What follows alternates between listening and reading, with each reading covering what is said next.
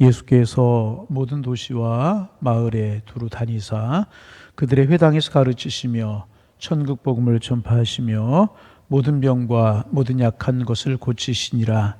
무리를 보시고 불쌍히 여기시니 이는 그들이 목자 없는 양과 같이 고생하며 기신함이라. 이에 제자들에게 이르시되 추수할 것은 많되 일꾼이 적으니 그러므로 추수하는 주인에게 청하여 추수한 일꾼을 보내주소서 하라 하시니라. 아멘. 우리가 이제 새벽 시간에 마태복음을 묵상하면서 은혜를 나누고 있습니다. 마태복음은 마태가 기록한 복음서입니다. 아니, 조금 더 정확하게 말하면 마태가 예수님을 보고 예수님의 말씀을 듣고 보고 들은 그 복음을 기록한 것이 마태복음인 것입니다. 그런데 이제 마태복음 4장 23절에 보면 예수님께서 이 땅에 오셔서 많은 일들을 하셨는데 그 예수님께서 하셨던 일을 세 가지로 정리를 하고 있습니다.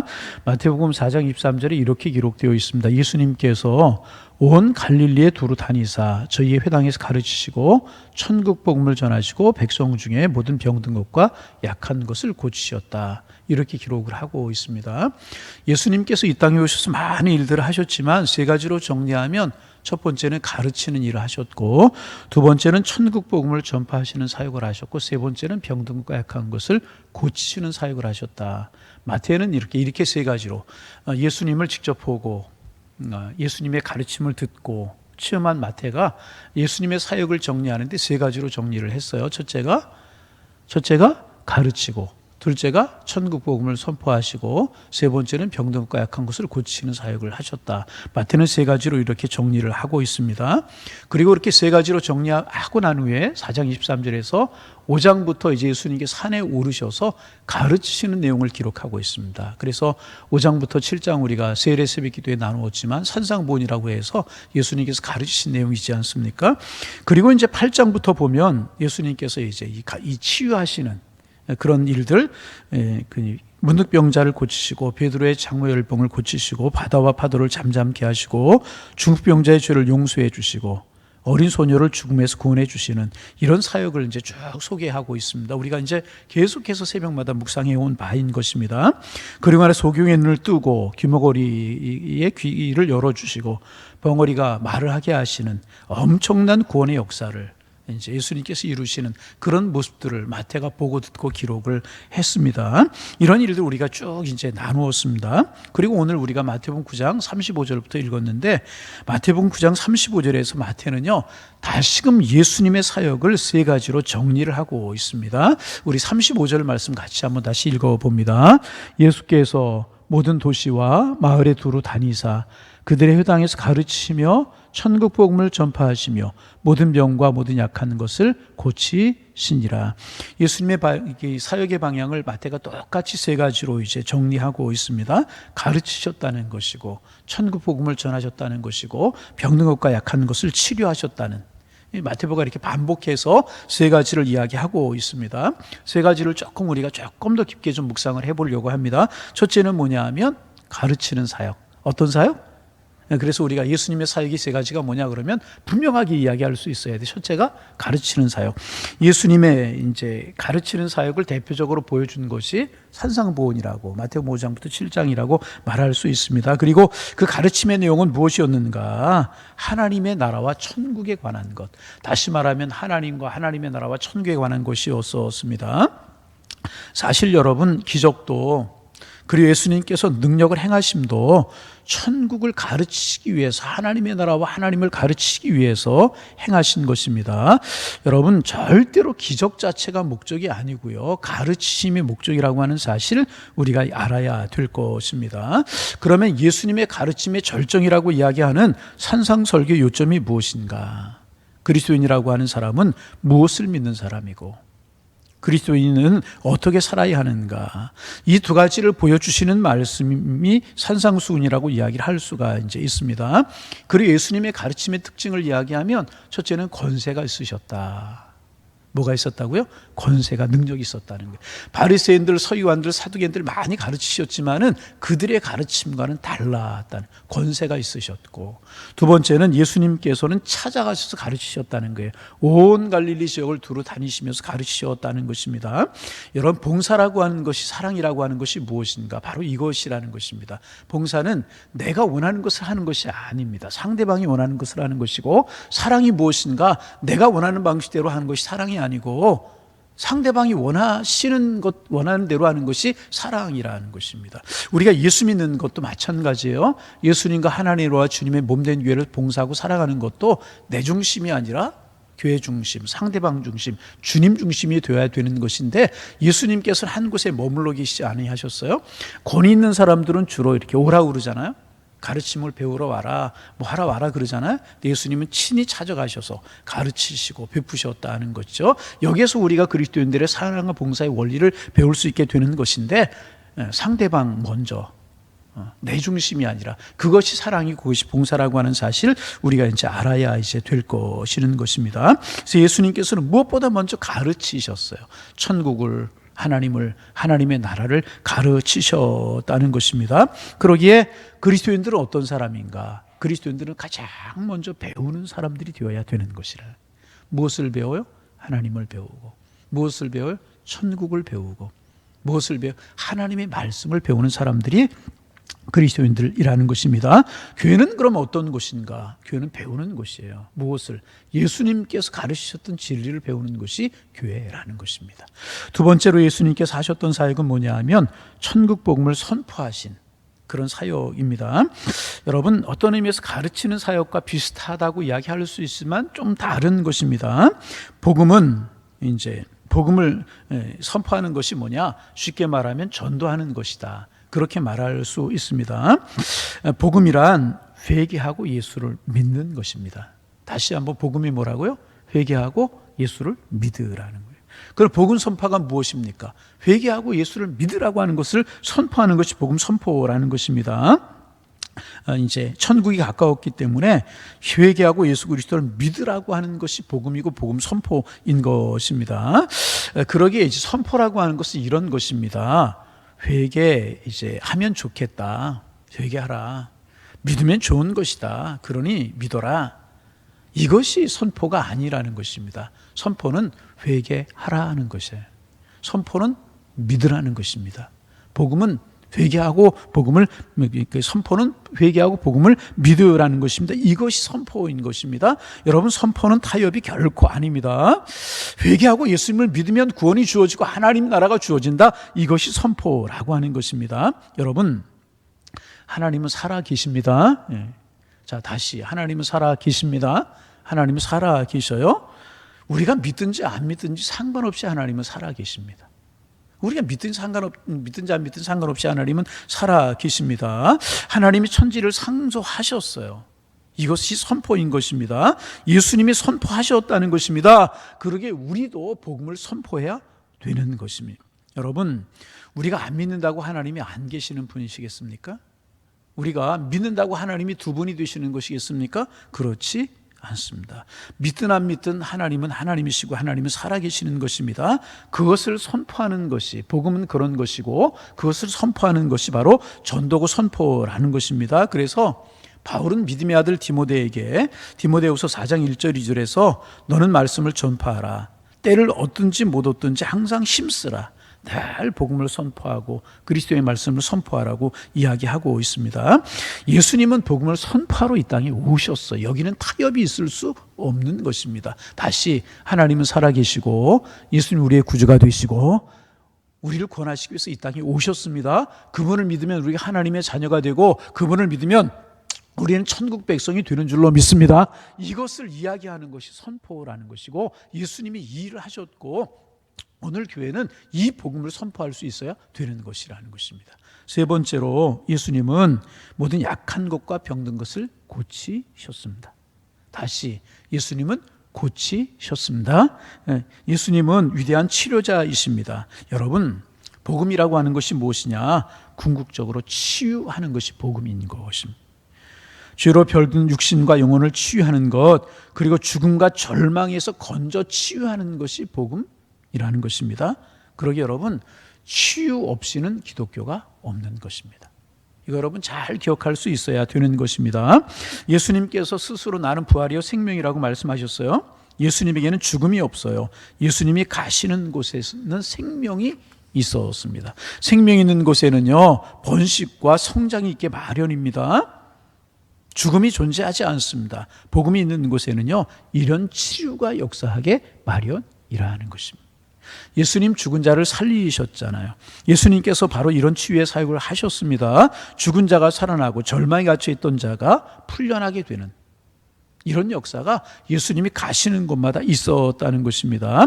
인간의 육체부터 시작해서 죄의 문제, 그리고 죽음의 문제 예수님이 치유하셨고요. 마침내 영혼까지 우리 주님은 치료하셨습니다. 그래서 여러분 저를 좀 보세요.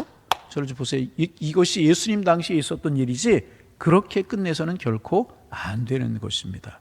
오늘 우리도 예수님 안에서 치료받고 치료돼야 되는 것이라는, 치료 그러면 육신의 질병만 우리가 생각합니다. 아니라는 것입니다. 물론 육신의 질병도 치료받아야 되지만 영혼도 치료받아야 되는 것입니다.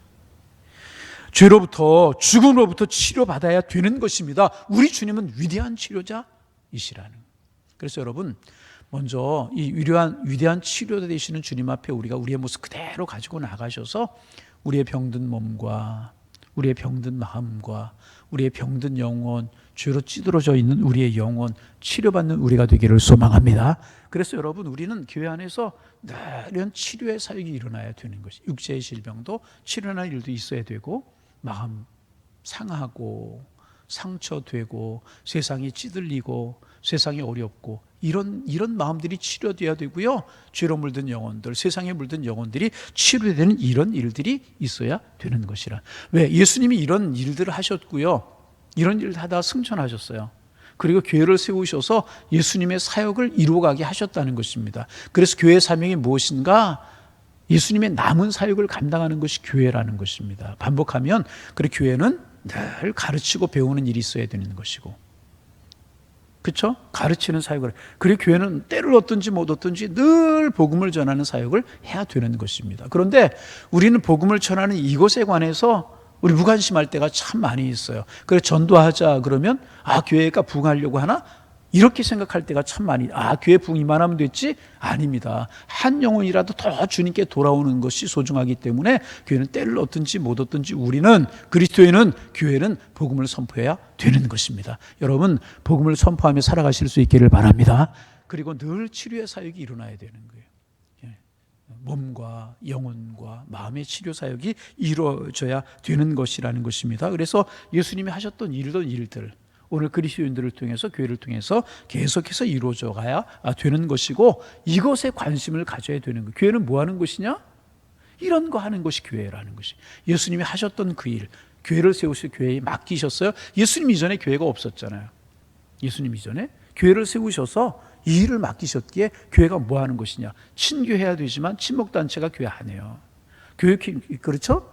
예수님께서 하셨던 이 사역을 이루어가는 것이 교회여야 되는 것이고, 우리 그리스도인들이 이어야 되는 것입니다. 그리고 다시 반복합니다. 교회는 열심히 배우고요, 열심히 가르쳐야 되는 것입니다. 무엇을 배우고 무엇을 가르쳐요? 하나님을 가르치고, 하나님 나라를 가르치고, 천국을 가르치고, 예수님을 가르치고, 복음을 가르치고, 배우는 곳이 되어야 될 것이라. 뭐 하는 곳이냐? 교회는 두 번째로 선포하는 곳이 되어야 돼요. 하나님은 살아계십니다. 예수님 우리의 구주가 되십니다. 예수님 우리의 죄를 위해 십자가에 달려 돌아가셨습니다. 그를 믿으면 구원 얻습니다. 회개하고 복음을 믿으십시오. 하나님이 사랑하십니다. 이것을 교회는 계속해서 선포하고 가르쳐야 돼요. 그 다음에 교회에서는 늘 치료의 사역이 이루어져야 될 것이에요. 마음과 영혼과 병든 육체가 치료받고 고쳐지고 새로워지고 이런 일들이 교회에서는 있어야 될 것입니다. 그런 사역 감당할 수 있는 우리 교회가 될 수 있도록 여러분 늘 기도하실 수 있기를 소망합니다. 자, 이제 36절 읽습니다. 36절 읽어요. 무리를 보시고 불쌍히 여기시니 이는 읽어요. 같이 읽습니다. 무리를 보시고 불쌍히 여기시니 이는 그들이 목자 없는 양과 같이 고생하며 기진함이라. 예수님께서 무리를 보고 불쌍히 여기셨다. 예수님께서 오셔서 온 갈릴리 지역을 두루 다니시면서 많은 무리들을 만나시고 많은 무리들을 고치시고 그들에게 많은 천국 복음을 선포하셨잖아요. 그러면서 그들을 보면서 마음속에 어떤 마음이 드셨느냐? 불쌍한 마음이 드셨다는 거예요. 여러분, 왜 불쌍한 마음이 드셨을까요? 죄인이기 때문에. 하나님의 형상대로 지음받은 인간이 죄로 인하여서 너무나도 망가져 있는 그런 모습을 보셨다는 거죠. 쉽게 생각하면 그 당시에 이제 유대라고 하는 나라가 주전 580년부터 바벨론의 포로가 된 이후부터 페르시아, 헬라, 여기 로마까지 지금까지 식민지 통치를 받고 있어요. 경제적인 수탈, 정치적인 수탈, 여러 가지 얼마나 어려움이 있었겠습니까? 그런가 하면 또 종교적으로도 얼마나 혼란하고 어려웠어요. 바리새파, 사두개파, 에세네파라고 나뉘어져 가지고 반목하고 질시하고 옳다고 이야기하고 이런 종교적으로도 참 어려운 상황이었다는 것입니다. 캄캄한 시대, 암흑의 세대를 살아갔어요. 그런가 하면 죄로 말미암아 여러 가지로 하나님의 형상이 잃어버린 인간들의 모습을 보셨다는 거죠. 그리고 예수님께서 그들을 보시고 불쌍히 여기셨다. 왜? 어떻게? 먹지 없는 양과 같이 고생하며 기진함이라. 양들에게 목자가 없이는요, 양들은 한 시간도, 아니 하루도 살아갈 수가 없어요. 물가도 찾을 수 없고 초장도 찾을 수 없고 맹수의 밥이 될 수밖에 없는데, 무리를 보시고 무리를 만나신 그 예수님, 직접 인간들을 체험하신 그 예수님의 눈에 보이는 무리들은 어떤 무리냐? 불쌍한 무리들이었다는 거예요. 그래서 전의 성경에는 민망히 여기셨다, 번역된 성경에는 불쌍히 여기셨다, 그렇게 기록하고 있습니다. 여러분, 이제 참 요즘 세상을 보면 참 문제가 많고 갈등이 많은 세상입니다. 요즘 TV 틀면 비슷한 이야기들, 항상 갈등, 반목, 질시, 그런 것들, 또 세상에 되어지는 일들이 눈살을 찌푸리게 하고 마음을 힘들게 하는 그런 일들 참 많이 있잖아요. 요즘만 그런 것이 아니고 예수님 당시 2000년 전에도 그랬던 것 같아요. 왜? 죄로 말미암아 타락했기 때문에. 죄가 있는 곳에는 항상 문제가 있게 마련인 것입니다. 사람이 타락하자 우주 만물이 타락했잖아요. 가시덤불과 엉겅퀴를 냈다고 이제 그랬습니다. 주님은 그 모든 것을 불쌍히 여기시고 긍휼의 눈으로 보셨다는 것입니다. 모든 것을 긍휼의 눈으로 보셨다는 거죠. 오늘 살아가는 우리 그리스도인들의 눈이 이와 같아져야 되는 것이 아닐까. 사랑으로 보고 긍휼로 보고 축복의 대상으로 보고, 그래서 예수님께서 회복의 사역을 펼쳐나가시는 것 아니겠습니까? 그래서 우리의 긍휼의 눈, 사랑의 눈 속에 눈으로 우리 이웃들을 보고, 그래서 우리를 통해서 회복이 되는 이런 일들이 있어져야 되겠다. 그리고 이제 37절, 38절 말씀을 읽어봅니다. 읽습니다. 이에 제자들에게 이르시되 추수할 것은 많되 일꾼이 적으니 그러므로 추수하는 주인에게 청하여 추수한 일꾼을 보내주소서 하더라. 불쌍히 여기셨어요. 모든 영혼들을 다 추수할 영혼들로 보셨다는 것입니다. 반복합니다. 예수님의 눈이 우리의 눈이 되기를 원합니다. 예수님의 마음이 우리의 마음이 되기를 원합니다. 어떻게 우리가 예수님과 똑같은 눈을 가지고 마음을 가질 수 있겠습니까마는 그 정신을 우리가 가질 수 있어야 돼요. 정죄하고 비판하고 판단하고 그런 눈으로 우리가 우리의 주변에 보여지는 그 영혼들을 볼 것이 아니라 예수님의 이 불쌍히 여기시고 긍휼히 여기시는 마음으로 모두를 바라보아야 될 것입니다. 그러면 사랑할 대상으로 보이고 품을 대상으로 보이고 그렇게 우리가 보이게 될 거예요. 그럴 때 바로 우리가 조금이라도 예수님을 닮아가는 것이고, 그럴 때 추수한 일꾼으로 주님 앞에 설 수 있는 것이다. 그렇게 이야기할 수가 있는 것입니다. 여러분, 추수는 아무 때나 하는 것이 아니고 추수할 때가 있어요. 추수할 때를 놓치면은 많은 소출을 얻지 못하잖아요. 그러면 추수할 때가 언제인가? 지금이라는 것입니다. 주님은 오늘 우리를 추수꾼으로 세우셔서 많은 영혼들을 구원하시기를 원하시고, 많은 영혼들에게 사랑을 베풀기를 원하시고, 많은 영혼들에게 긍휼을 베푸시기를 원하십니다. 오늘도 이 주님의 마음을 가지고 한 달을 살아가셔서 우리를 통해 사랑과 축복이 이루어지고 추수가 이루어지는 일에 동참할 수 있는 우리가 되어서 주님의 선한 이 사역들이 가르치고 천국 복음을 전하고 병든 것을 고쳐주시는 이러한 사역들이 우리를 통해서 이루어지기를 소망합니다. 이 일을 위해서 우리를 부르셨고요, 이 일을 위해서 교회를 세우신 것입니다. 긍휼의 눈 가지고 추수할 마음 가지고 주님과 함께 오늘의 삶을 사셔서 오늘도 우리를 통해서 이런 아름다운 일들이 주님의 귀한 일들이 이루어져가는 하나님의 축복이 함께할 수 있기를 주님의 이름으로 축원합니다. 기도하겠습니다. 하나님 아버지, 오늘도 새날을 주셔서 감사합니다. 우리의 마음이 주님을 향하여 이웃을 향하여 열려있게 하시고 주님을 향하여 이웃을 향하여 축복의 말을 하며 축복된 삶을 살아가는 저희가 될 수 있도록 도와주셔서 복 있는 하루가 될 수 있도록 인도하여 주옵소서. 오늘 특별히 예수님께서 이 땅에 오셔서 하셨던 세 가지 사역을 묵상하면서 한 날을 시작합니다. 예수님께서 가르치시며 천국 복음을 전파하시며 병든 것과 약한 것을 고치셨는데 하나님, 이 사역 하시다가 승천하시고 성령을 보내서 교회를 세우셔서 이 사역을 교회들에게 오늘 우리들에게 맡겨주셨는데 오늘 우리 교회가 우리들이 이 사역 잘 감당하게 하여 주옵소서. 가르치고 배우는 일 열심히 하게 하시고 듣든지 안 듣든지 때를 얻든지 못 얻든지 천국 복음을 전파하는 일을 계속하게 하셔서 믿는 사람들, 하나님의 백성들 늘어가게 하시고 병든 것과 약한 것을 고치셨던 주님 사역하셨던 것처럼 하나님 오늘 교회를 통하여서 우리를 통하여서 이 사역이 이루어짐을 기억하게 하시고 이 일에 우리가 쓰임받는 저희가 될 수 있도록 축복하여 주옵소서. 이 일을 위해서 무엇보다 불쌍히 여겨 긍휼히 여기는 마음을 허락하여 주시고 주님이 우리를 통해서 일을 하고자 하신다라고 하는 추수꾼의 마음을 갖게 하셔서 하나님의 나라가 우리를 통해서 넓어지게 하시고 믿는 영혼이 한 사람도 많아지게 하시고 예수님 안의 자유와 예수님 안의 축복을 얻는 심령들이 많아져 갈 수 있는 이 세대가 될 수 있도록 성령이여 축복하여 주옵소서. 하나님, 우리가 광야 같은 삶을 살아가기에 하나님 만나는 일들, 경험하는 여러 가지 일들, 마라에 쓴물 것 같고 양식이 떨어지는 것 같고 홍해를 건너야만 되는, 요단강을 건너야만 되는 이런 일들이 우리 앞에 놓여 있을 때가 있는데 결국 이스라엘 백성들 하나님의 인도함 가운데 마라의 쓴물이 단물이 되고 구름기둥과 불기둥으로 인도하시며 만나와 미추라기로 먹이시고 요단강을 건너 가나안 땅에 들어가게 되었던 것처럼 하나님 우리를 인도하시고 우리를 먹이시고 우리를 축복하실 줄로 믿고 늘 하나님 바라보는 삶을 살게 도와주셔서 늘 주님으로 인하여 기뻐하고 주님으로 인하여 행복해하는 삶을 살아갈 수 있는 저희들 될 수 있도록 주님 인도하여 주옵소서. 오늘도 눈을 들어 하나님의 기이한 세계를 보게 하시고 오늘도 눈을 들어 사랑해야 될 사람들을 보게 하시고 오늘도 마음을 열어 긍휼히 여기며 사랑하며 축복하며 살아갈 수 있도록 축복하여 주셔서 주님의 선한 뜻들이 우리를 통해서 이루어져 갈 수 있도록 우리 주님께서 인도하여 주옵소서. 하나님, 여러 가지로 어렵습니다. 하나님, 어려운데 날씨도 춥고 코로나로 인해서 우리가 위축이 되고 우리의 삶에 위협하는 일들이 많이 있습니다.